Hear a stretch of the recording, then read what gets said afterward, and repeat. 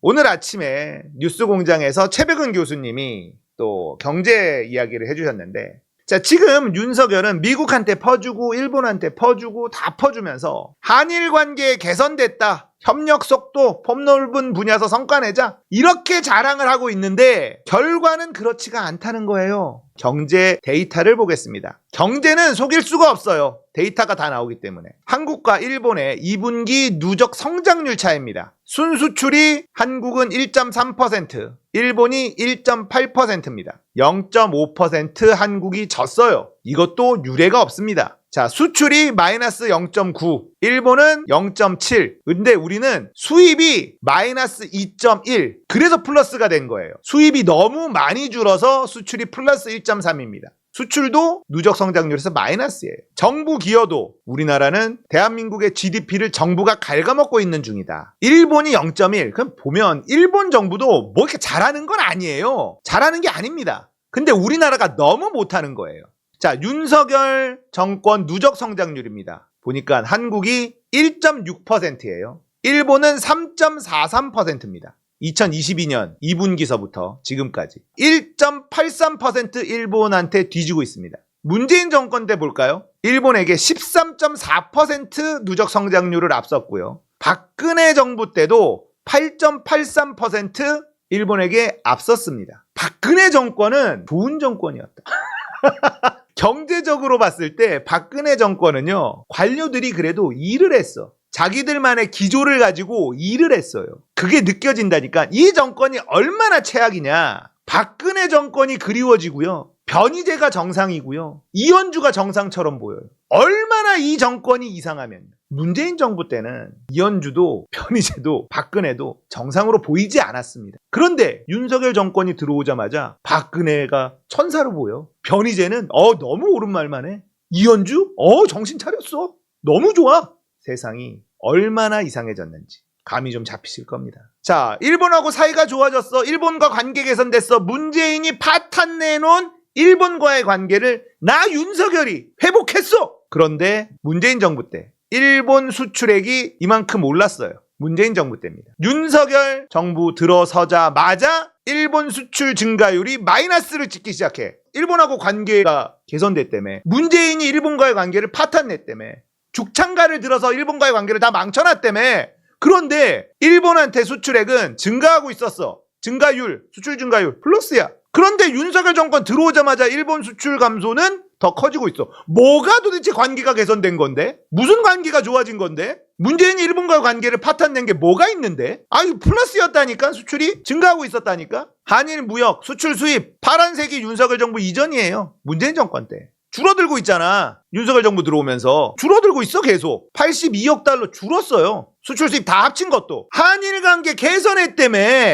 한일 관계가 좋아졌어. 그러면 무역도 더 늘고 우리나라 경제도 더 늘어야 되는데 수출도 감소하고 수입도 감소하고. 이 상황이 또 왜 골 때리냐면요, 일본이 수입을 34%나 늘렸어. 그런데 한국에서 수입하는 건 마이너스 10%가 넘었어. 한일 관계 개선됐다며. 도대체 뭐가 개선된 거요? 경제적으로는 통수만 맞고 있는 겁니다. 다 갖다 바치면서 일본한테 손해만 계속 누적되고 있는 중이에요. 아니, 일본 이놈들도 윤석열이 그렇게 갖다 바쳐줬으면 수입도 좀 해주고 해야지. 이것들도 인간 아니라니까. 아주 호구 하나 만났다고 그냥 빤스까지 벗겨먹고 앉아있어요. 이 등신 외교, 이게 뭐 하는 짓입니까? 아니, 문재인이 혼밥 외교 안 되고 그렇게 난리치던 대한민국 언론들, 이 버러지 같은 놈들아, 그렇게 난리치더니 일본한테 다 갖다 바쳐주고 미국한테 다 갖다 바쳐주고 경제는 오히려 손실 보고 앉아있는데, 이거야말로 진짜 등신 외교 아니야? 이게 등신 외교예요. 호구 외교고, 글로벌 호구. 자, 1월부터 수출액 증감률인데요,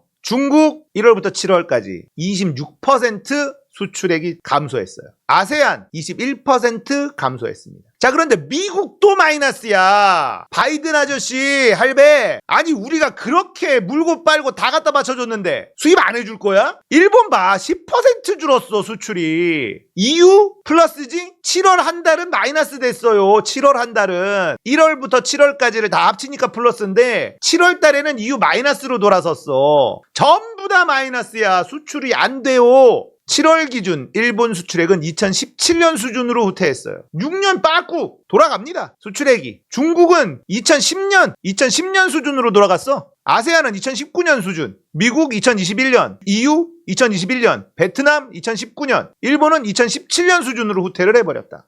경제는 계속해서 성장을 합니다. 성장을 못하면 욕을 먹어요. 그런데 이놈의 정부는 수출로 먹고 사는 대한민국의 수출액을 계속 후퇴시키고 있습니다. 자, 이 데이터는 반박이 불가능한 거예요. 숫자로 나와 있기 때문에. 자, 코스피 상장기업 상반기 이익입니다. 영업이익과 순이익인데, 자, 2021년 문재인 정부 때 영업이익과 순이익입니다. 1월부터 6월까지. 이것도 문재인 정부 때라고 봐야죠. 이익이 나오는 건, 결국 데이터가 나오는 건 그 전달 이렇게 나오니까 5월부터 이렇게 보면 되는데 상반기만 본 거예요. 2023년 1월부터 6월 보세요. 상장기업 이익이 박살났습니다. 상장기업 이익이 초토화됐어요. 제가 어제 방송 보신 분들은 아시지만 가계부채가 심각하다. 그런데 기업부채도 심각하다. 가계부채가 올라간 만큼 기업부채가 내려가 주는 걸 원했을 텐데 그게 안 되고 있다. 그래서 매우 위험하다라고 말씀을 드렸잖아요. 기업부채가 올라가고 있고 심각한 상황인데 영업이익과 순이익도 박살이 났다. 이건 뭐예요? 기업들이 좋아질 일이 없다는 겁니다.